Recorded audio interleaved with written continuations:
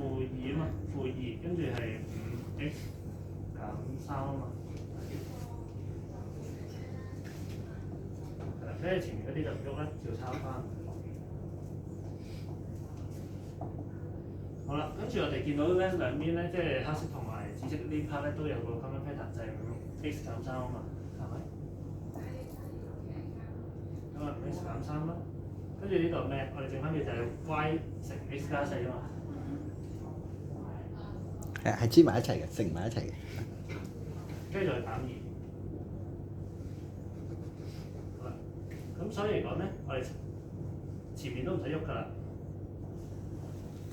但係後面嚟講咧，我哋就拆翻個括弧咯，因為佢哋兩個之間都冇common factor㗎嘛。